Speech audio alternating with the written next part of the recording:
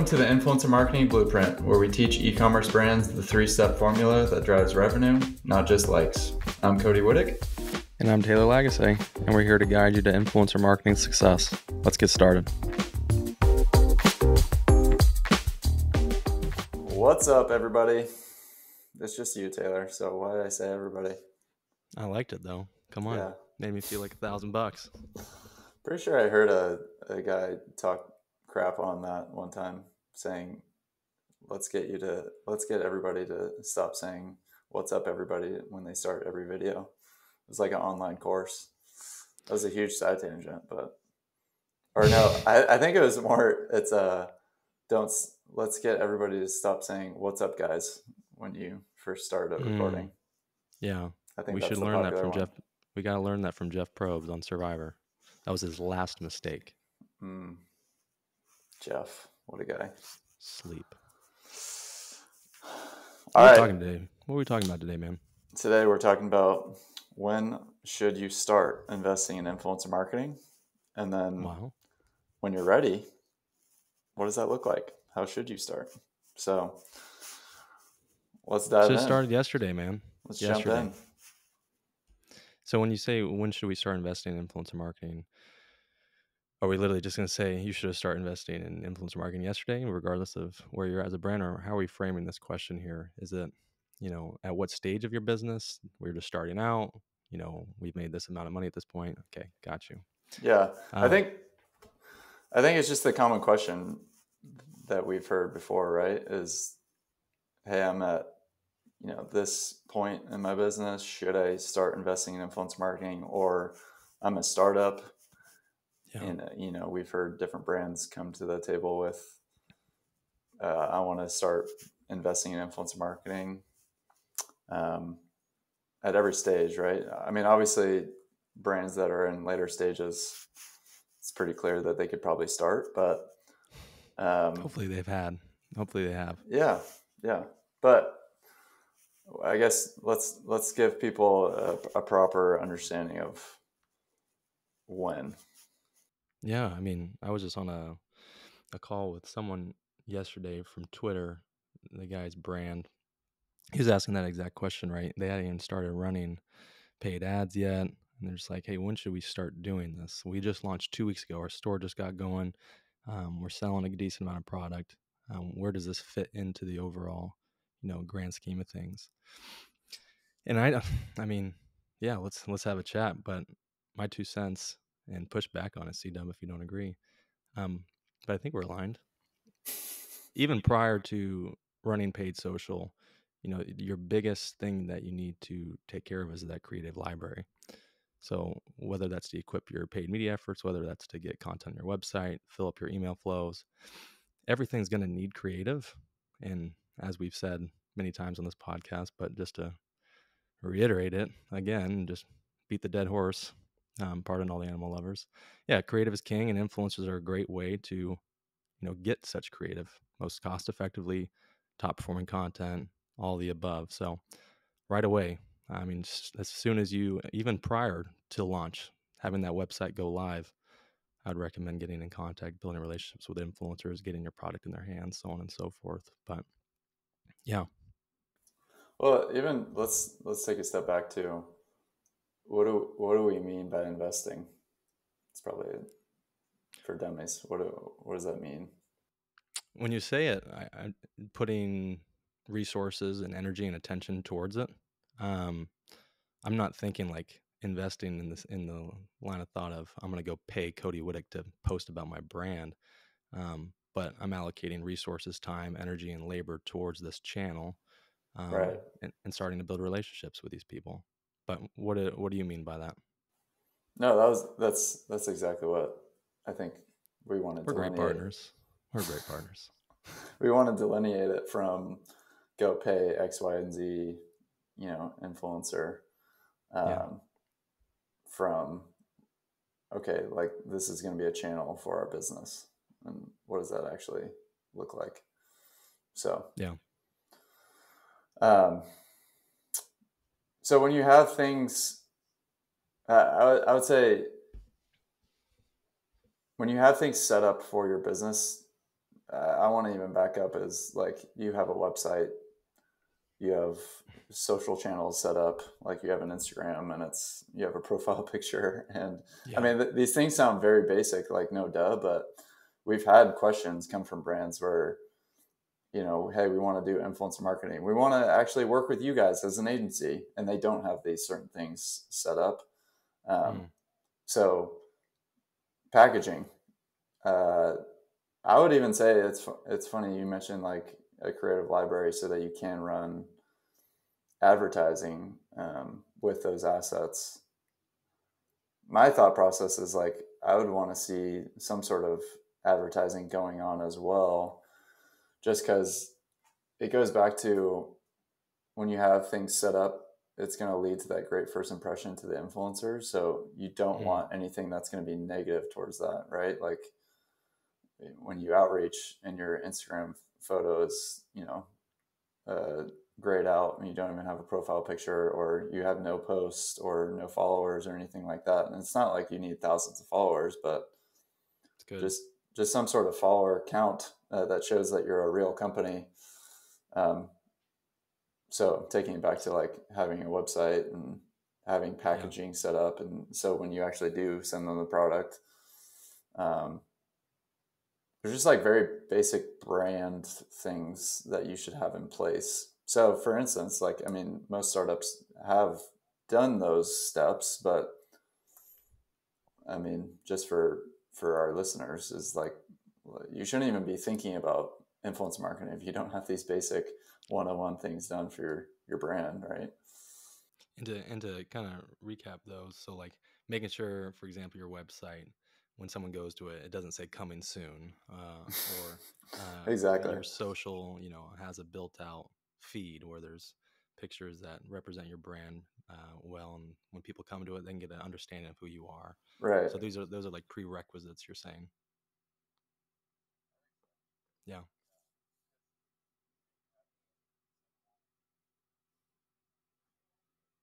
Yeah.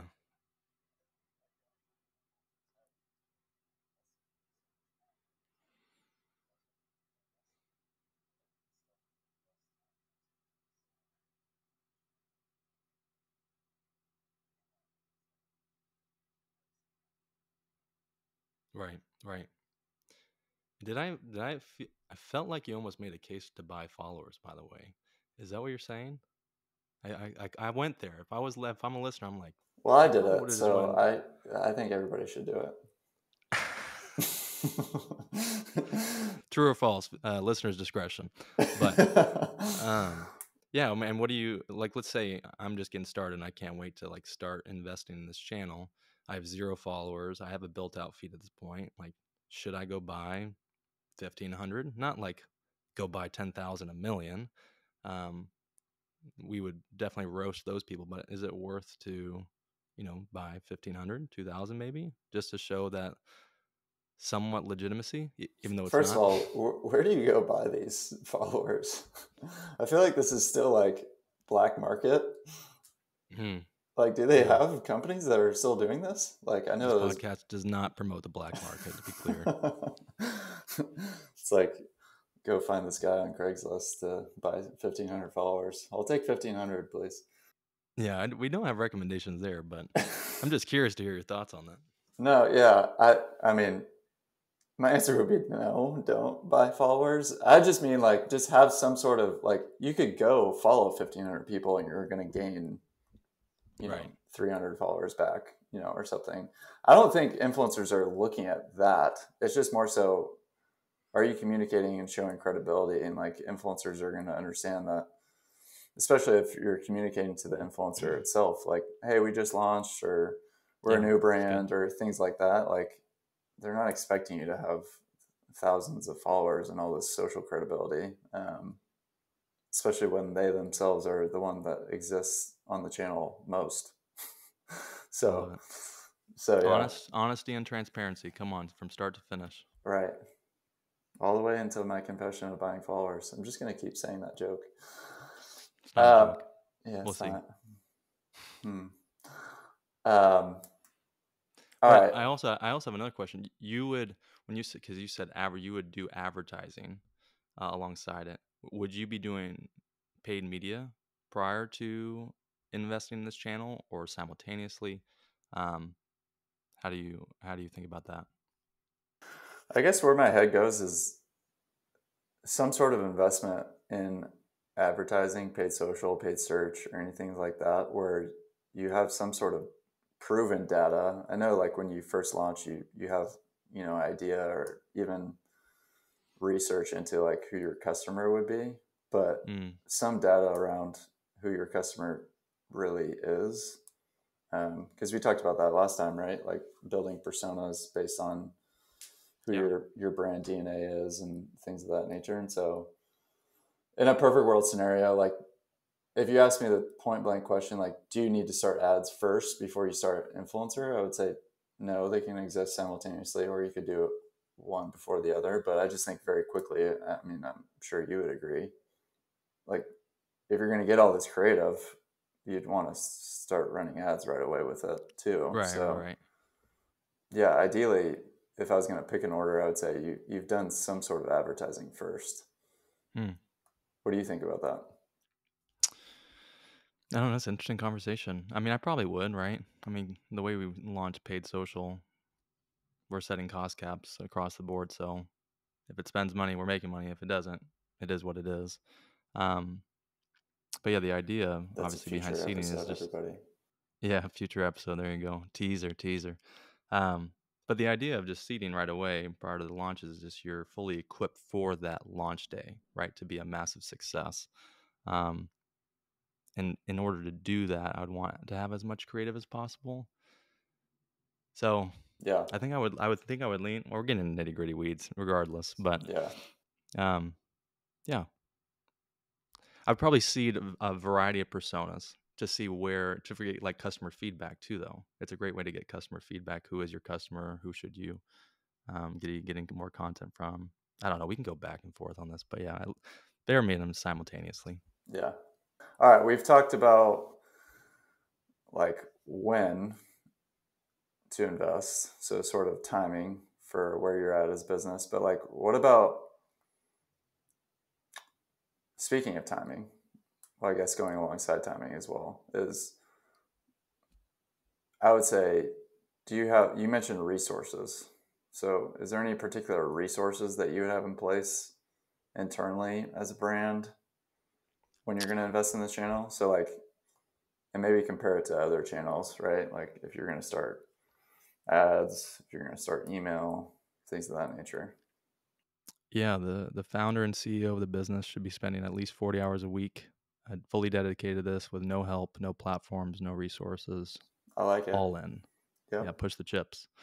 Um, no, but what would you say? I mean, I feel like this is another one of those conversations.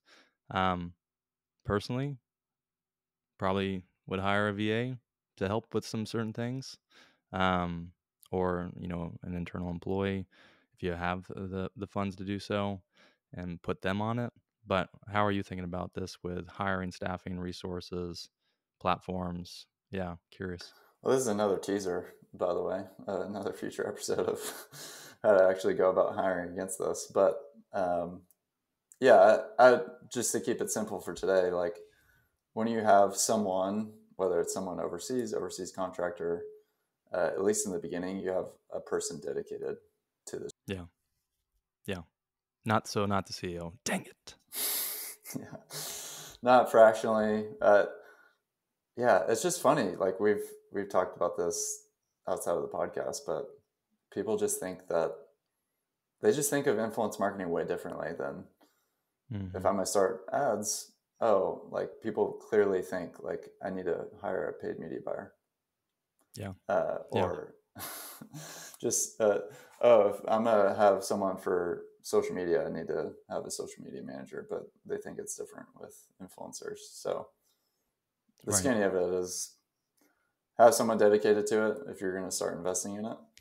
Um, I think at the beginning, if you're really starting to invest small or start, then just have someone focus on it. And so, Even if it's an intern, right? yeah, yeah. It's good.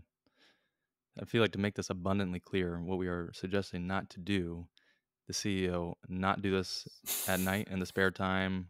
The one employee that you have, or and honestly, if you're a bigger company, I feel like we keep really speaking to small business owners right now that are just getting Yeah. started.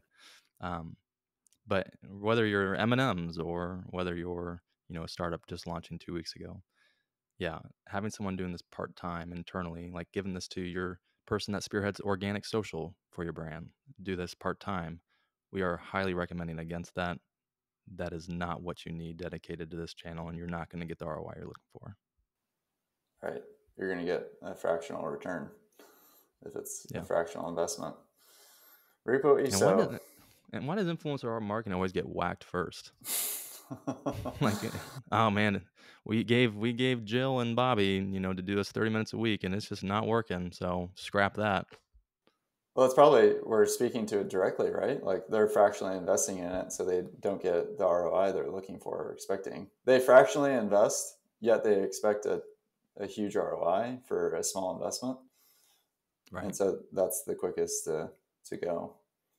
It's just funny. Like so much goes into. I feel like people put so much investment, time, energy, resources in launching like their first paid media campaign, and even if it's like dead in the water, does terribly, loses them money. They know and have this conviction that they need to make this channel work though. Like, why isn't that the case for influencer marketing? Yeah, it's true. I think we're seeing it more and more that it's actually taken seriously as a serious marketing channel added Yeah. into the marketing mix. But yeah, it's still this sexy channel that they feel like they should be doing yet don't have any time for, but want to Mm. try. I don't know. It's just like this. It's like they're going to Vegas for a weekend or something, and they want to just dip their toes in, versus like a long term investment. I don't know. Yeah. Yeah. It's good. All right, so brands listening to this, people listening to this, they're ready to start. Maybe they have started, but then they're the people that you just described. They scrapped it real quick, but maybe after listening to this, they're like, okay, maybe I should reconsider starting again. How should I start if I'm a brand owner? Let's break it down. Yeah. Start with relationship development, building relationships. Don't don't do what you probably did in the first place when you were just scratching the surface and okay, screw it. We'll just give them the playbook. Go find the biggest macro influencer, throw down a mill. No, no, but building relationships in a non-transactional manner. So, yeah, I mean, Cody, what does that look like? How do we go about that, or touch on it? Great question, Taylor. Inquisitive. Um, so you already we've thrown out this word a ton because we can't help ourselves. But the word is seeding, sending out free product. That's literally just what it means. Um, Commonly confused with the word gifting. That's a more common word in influence marketing. PR firms use that word as well. But gifting is usually tied to a transactional free product for a post relationship. Well, don't we want to make sure we get that though, right? Yeah, we'll talk about that. Hmm. But seeding, as it's comes from the term broadcast seeding. It's a farming term. We're big farmers out here in Orange County, California. Lots of land. Going to Montana for the first time though, coming That's up soon. sarcastic. But the term broadcast seeding is just, it's a farming term. You throw seed on the ground, some sprouts up into crop, some doesn't, but the more that you do it, the more crops that you have. Essentially tying this back into influence marketing, the more you send out product, the more crops rise to the top, meaning those relationships with influencers, proven genuine advocates. So the more that you do it, the more that crops that you're going to reap. So the seed is your product that starts that relationship with the influencer. And so, yeah, that's basically what it is. So why start that way? Why can't I just go pay, Kim Kardashian $1 million, or why can't I just pay someone that's smaller, or why can't I do the gifting model where I'm asking for something in return? Why start this way? Why is that best in your opinion? I think it's just short. It's a short term mindset. You're just Mm, you're settling for when you could have much more. And what I mean by that is, I think everyone listening right now wants their brand and product to be like, in their heart of hearts, they want that to be the driver of advocacy, not money or a contract. So as much as they convince themselves that Khloe Kardashian actually really, really loves this product, mm, they know in their heart of hearts that no, it's because I paid them enough money to do so. Um, and so, one side of this, and a huge idea of this is that seeding, it allows your product or brand to be the focus that drives advocacy, and then you build on that momentum. Um, so, I mean, we've talked about like my own personal background, but Dale Earnhardt Jr. We ended up working with him for a year. Um, his love of the product drove the advocacy that we had eventually worked together on a year contract, and it obviously it well, we touched on this last time, but it drove down the price point, therefore, mm. which is a definitely a practical takeaway. But it was his love of the brand that drove the advocacy first, and then it eventually led to a deal that he was happy, we were happy, it all worked out for both parties.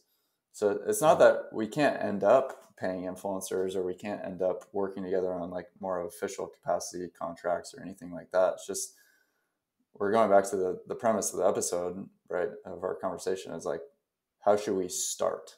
Right. It's good. And how do I start in influencer marketing? Well, how do you start any relationship with any influencer or anybody, really? It's just like, let's give value first and let there be a mutual interest first and build on that foundation.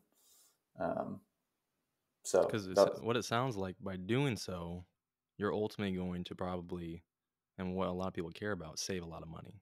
So, like in the Dale Earnhardt Jr. scenario, mm-hmm, since you built the relationship in the right way, and since like it naturally serves as a filter, it sounds like too, where you can quickly identify who actually is a brand advocate and who actually does love your product, whereas that's not possible in any other initial way that you begin these relationships. So filter those people out, it sounds like, that don't love your product, uh, ultimately get better deals if it's going to be with somebody that, like Dale Earnhardt Jr.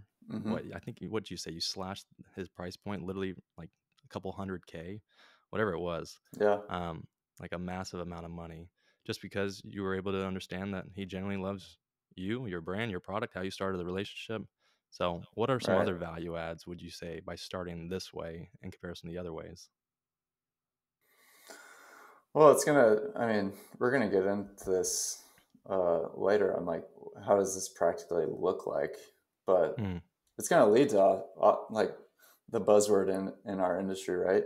Authenticity. It's yeah, like yeah, yeah. everybody's anti-influencer marketing because of it comes across as inauthentic, and you wonder why. It's because everybody's just doing a bunch of one-off dates and like posts, and it's just, like, they're just getting paid enough money, and we're not saying like, I think the theory too is, we're not saying that money couldn't eventually lead to true advocacy, because that happens, right? Like, you're going to have those cases where, hey, I never heard this brand before, they're going to pay me enough money, that's what draws me in, and then I eventually get the product and I do like it. But it's just, what's the best system to produce the desire that we want, which is true a community of people like rallying around a brand, right?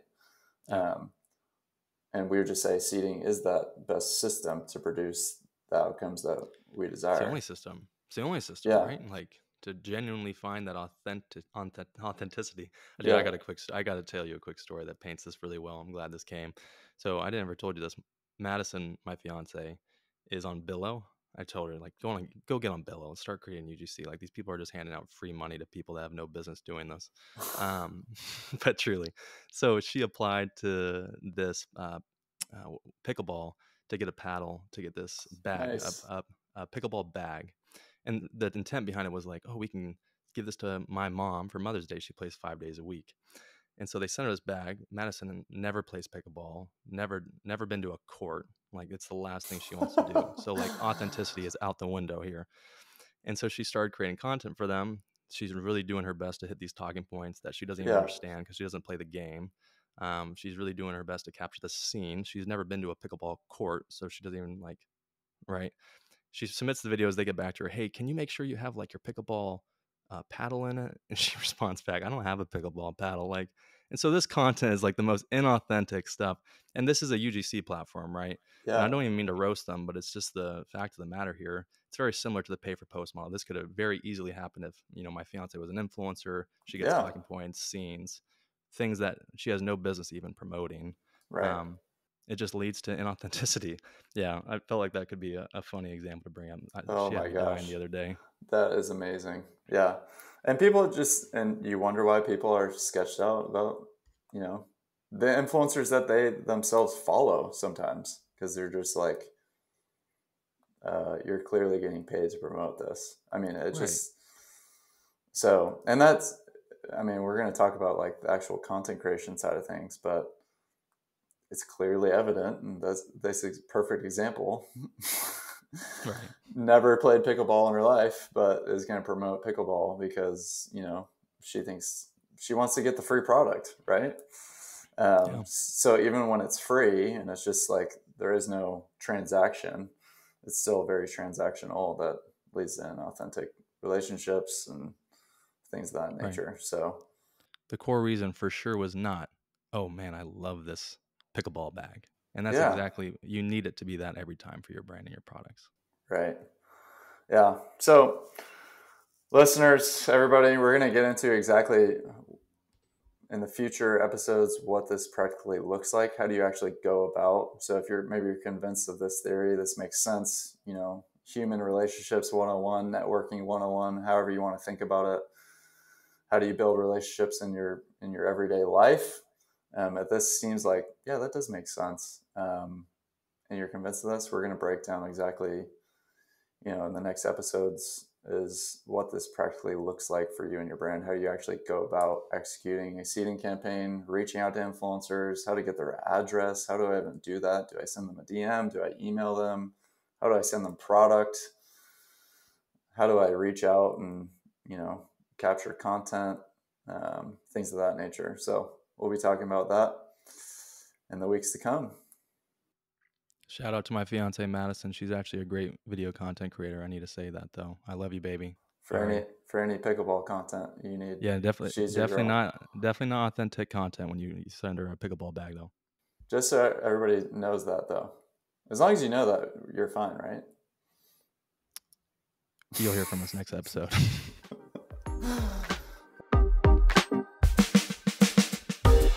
All right, that's all for today.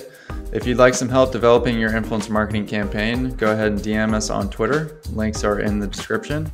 Or you can head to kinship.co to learn more, and you can book a call there. That's KYNSHIP.co. At kinship.co, you also find tools, templates, and resources, all designed to help you grow an influencer campaign that drives visibility and sales, not just likes. Thanks for tuning in as always, and we'll see you next week.